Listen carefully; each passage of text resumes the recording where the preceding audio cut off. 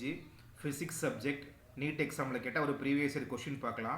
This topic coming under unit 19 electronic devices adukulla semiconductor diode IV current voltage characteristics in forward bias and reverse bias correctங்களா.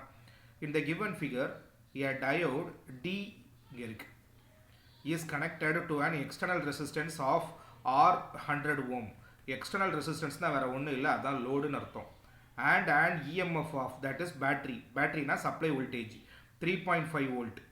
If the barrier potential developed across the diode is அப்போ இந்த டயோடுக்கு நடுவில் நமக்கு 0.5 voltage barrier potential develop ஆகுதுன்னு சொல்கிறாங்க. அப்படின்னா the current in the circuit will be ரொம்ப simple. நீங்கள் என்ன பண்ணணும், இந்த டயோடை ரீப்ளேஸ் பண்ணிவிட்டு அதை ஒரு வோல்டேஜ் சோர்ஸ் மாதிரி இமேஜின் பண்ணிக்கங்க. சரிங்களா.